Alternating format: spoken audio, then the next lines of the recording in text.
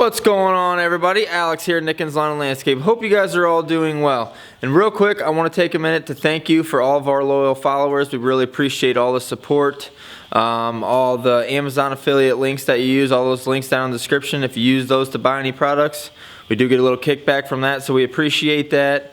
And also the shirts, anybody who's ordered a shirt, we have a link down in the description for that as well. But anybody who's ordered a shirt, we do appreciate that. And just in general, all the supports, all the thumbs up, all the comments, all the subscribers. And this is a good time to subscribe if you're not already. But all of our followers, we just really appreciate all you guys. We get a lot of support, and we actually are able to figure out a lot of things based off of our support, our comments, our messages, and things of that nature. So here we are doing another repair. I actually learned how to do this one off of YouTube. It's an 05 Duramax here, cab and chassis truck, and we were having typical low boost or no boost really. This truck had no power whatsoever. It really hasn't had much power since we bought it. Whenever I bought it, I thought it had a lot of power, not knowing much about diesels. This was actually the first diesel vehicle I ever owned, and it really just hasn't ever had the power that I think it should have. Whenever I got my new diesel, that one is an 08 LMM. That thing will put you back in your seat. This thing has never been able to put me back in my seat. So I think the symptoms that I've discovered here over the past 24 hours are what has been causing this the entire time. But with that being said, let's just dig into it and show you guys what I've done here. Alright, so what we did was hook this thing up to a Snap-on Solus Pro and determined that we had nothing for boost. We had zero boost. The turbo basically was not working. The guy that hooked it up thought that it could be the vane position sensor. You can see the turbo's gone there. The guy that helped me diagnose it or brought his scan tool over thought that it might be this guy here, which is the vane position sensor. And this thing is not cheap, so I didn't want to just go by and replace it. And he said, you know, kind of do what you want, but he thought, you know, a lot of times that it was this thing, which from what I've read, it is this thing a lot of times. But I got to reading a little deeper and doing some research, and it turns out that the vanes on these turbos are very common for sticking. Now, when they're sticking, I guess you wouldn't be having the issues that I was having. Mine pretty much got to a no start condition. It started out with low boost or, you know, little to no boost over the past year and a half probably. And like I said, I really didn't notice this at first. I didn't notice it until I got my other Duramax that will put you back in your seat. So I kind of figured it out then that this thing was just not producing the power that it needs to, or, you know, kind of concluded that this truck has not been pushing the power that it should. So I started doing a little research back then. This was a while ago whenever I got my other truck, probably 6 months ago. So I started doing some research back then, and I kind of was leaning towards the vanes being sticking back then, and I just haven't done anything because we've been super busy, and the truck was running, and it would still pull the skid steer, wouldn't get hot, and it would pull it, it just wouldn't yank it around like a Duramax should. So here we are 6 months later or whatever, a year and a half later after we bought this truck, we finally got the turbo out, and we have in fact confirmed that the vanes were sticking, which is awesome news to me. So this is what you have inside of a turbo. There's an awesome video on this, how to remove it, pretty much step by step. That's exactly what I followed, and we got this thing out in a few hours. I will link that video right here. Be sure to leave good comments on this one if you use it. This guy, like I said, helped me out a ton, and that's how we got this one out, was watching that video step by step. So if you're looking to get one out, go watch that, and then you can come back to this one and kind of see what our result was. So what you have here, once you get the turbo apart, this piece is on top of this piece. Don't worry about it so much if you're taking it off. There's only one way to get it back on. It's got that nipple right there, and where's that hole? The hole's right there. It's only got one, so there's only one way to get this thing back on. Be careful that these vanes don't fall out though.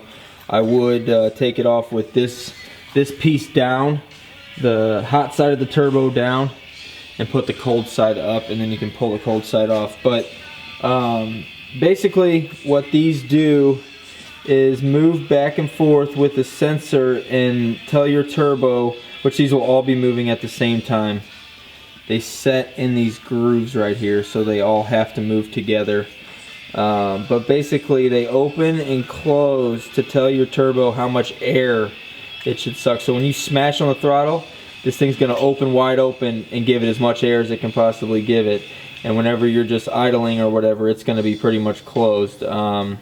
So how that works is this here, this piece comes off. So we'll look at this. You have this little, try to get up on here, this little nipple, and that slides back and forth, and that is controlled through this hole right here. Sorry about that, depth perception's off looking through the camera. But this hole right here, that threaded hole, you can see down in there, whenever I move that piece up top here, that's gonna move in there. You can see it rolling. And how that gets rolling is from this sensor that my buddy suggested, or that he thought to look at first. And this is called, again, the vane position sensor. But basically, I think what this does is, I don't know how it moves that ball, but this goes up and down, and I think it's magnetized. So somehow this sensor makes that move, which controls this, which in turn, haha, no pun, I'm turning it, but which in turn moves this unison ring. And when the unison ring moves, the vanes open and close. So the control of the vanes is controlled through this sensor, but when your vanes are stuck like mine were, it doesn't matter if that sensor is working or not, your vanes aren't moving. So what happened to me was this unison ring was basically carboned, rusted, whatever you want to call it, onto this part of the turbo right here. So you can see, let me try to focus in here. You can see where I've grinded and shaved, and I took a drill. I mean, we had to clean this thing good. There's probably still some stuff that needs to come off there. You can kind of see the rust built up in there. But what they say is over time, that these trucks from sitting in the LOIs, especially because they're common for breakdowns, but these trucks from sitting, this will start to just get, you know, it'll start to get a little gummed up because it's really tight on there. I mean, there's no play. I mean, I've got it cleaned off now, so it's moving again. But it doesn't take much to get that to stick on there. And once it sticks and then you get it hot, then it kind of just bonds to it, and then you keep getting it hot, and it just starts sticking more and more and more and more and more. And I think that's what happened to me was, you know, whenever I bought the truck, maybe it was moving, you know, say like this. It would move a little bit, you know, but it wouldn't move full range like, you know, like it should. So it was only moving a little bit, and over time from it, you know, it only sat whenever I've had it at the very beginning. That's the only time it has ever sat, whenever I was looking for a dump bed. So it hasn't really sat much for me, but I think over time, just it getting hot and everything, like I said, I think it may have sat from the previous owner. That's where it started. And then it only had a little play. And then just from me running the truck, getting it hot, finally it locked up. And I don't know if I've mentioned this yet or not. I probably have. I've been rambling on, but we were pretty much at a no start condition by the time it was said and done with this thing. About a week and a half ago, probably now, 2 weeks ago, was the first sign of it. We started with the air filter, we did the fuel filter, we did all kinds of small stuff, just trying it out. Filters basically, making sure nothing was clogged up, and finally got to doing some diagnostics, and here we are. But what it did was, we were driving down the road, and we had just got done sucking up a pile of leaves, and we were idling, and then we ran around the cul-de-sac and started coming out of the cul-de-sac, and all of a sudden the truck just lost all power, had no throttle response, and it was like it was doing its own thing, and it was just like coasting, and it would kind of rev up, and then it would coast again, and it would kind of rev up and doing its own thing. It wasn't revving up a lot, but it would just, you know, the RPMs would just go up a little bit, kind of like it was surging almost. Couldn't figure it out, shut the truck off. I popped the air filter box, and something had made a nest in the air filter very recently. I think a squirrel or something, but there was a bunch of debris under the air filter, and it was, I mean, it was all in a little pile in the corner, but it was kind of right where it sucks the air in, or right where that pipe is on the corner of the air filter. So I cleaned all of that stuff out, and I was like, bingo, found the problem. We're not getting enough air. Cleaned that thing out, cracked the air filter just to give it a little bit more air, told Nick to fire the truck up to test it, and it ran perfect. So I closed the air filter box back up, figured we would get it home and just grab a new air filter. So got it home, grabbed the new air filter, left the house. Everything was good for like 2 days. So after the first time, we got the air filter swapped. We thought we fixed it. Then we had a surprise little salting event. I had to go out and salt. Like I said, thought the truck was fixed. I leave, get down the road, get my first property. I think I got 2 properties done. First property went good, second property went good. Those are both small, right next to each other. Third property is where I had the issue the first time. I was able to get it back up and going. Fourth property, same thing, able to get it back up and going. Fifth property, could not get it back up and going. I was 25 minutes from my house, and I drove this thing going 25 minutes driving normal, driving 55.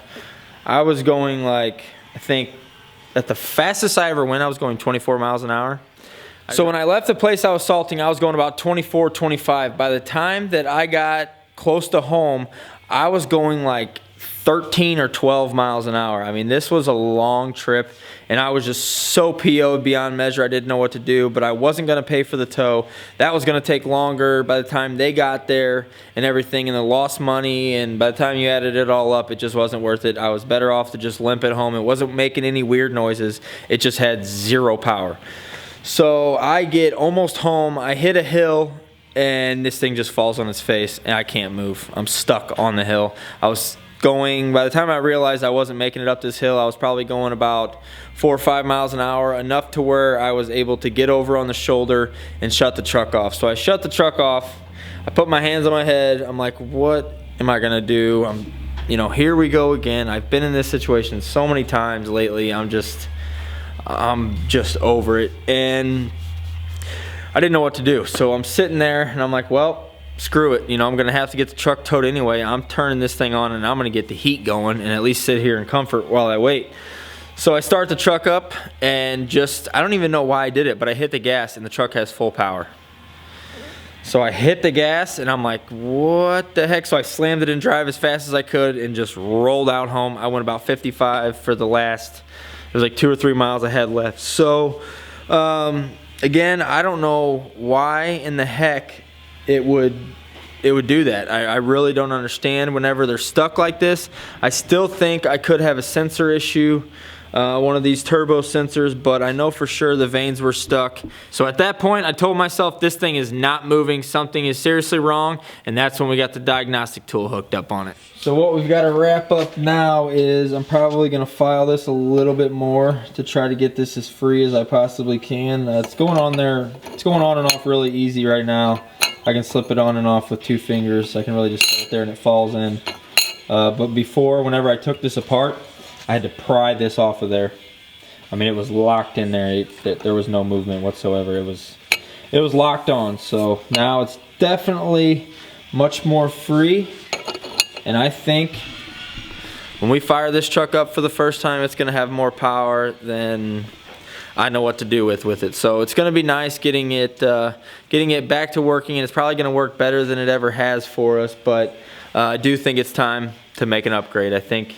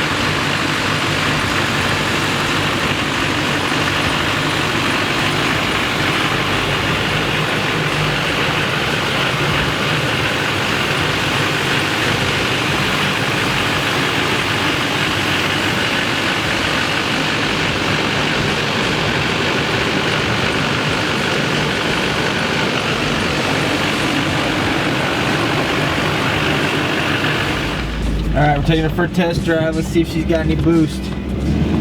I can already tell by the noise. I've never heard this truck make that noise. So. This box on good. Yeah. Strapped, isn't it? Hold on. Oh, it's strapped right. Oh yeah. Boosting. Alright, slow her down. It's raining. Oh yeah, what about you? I've never heard that noise. No, she's never made this noise. Alright, so she's running good. Hey, that's what they say about diesels, right? You love them when they run. Which for us isn't, it's about 50% of the time. I'd say about 50% of the time, but another major repair. I think we have this one solved. We shall see. We really need to drive it, warm it up, and see if we can get it to lose all power again like it was doing before. But it's definitely boosting way more than it ever has since we've owned it. So, all right, guys, that's all we got for this one. Hope you enjoyed this video. As always, if you did, please give it a big thumbs up. Leave a comment down below and let us know what you thought. And if you're not subscribed, be sure to consider hitting that subscribe button. I'll see you in the next one.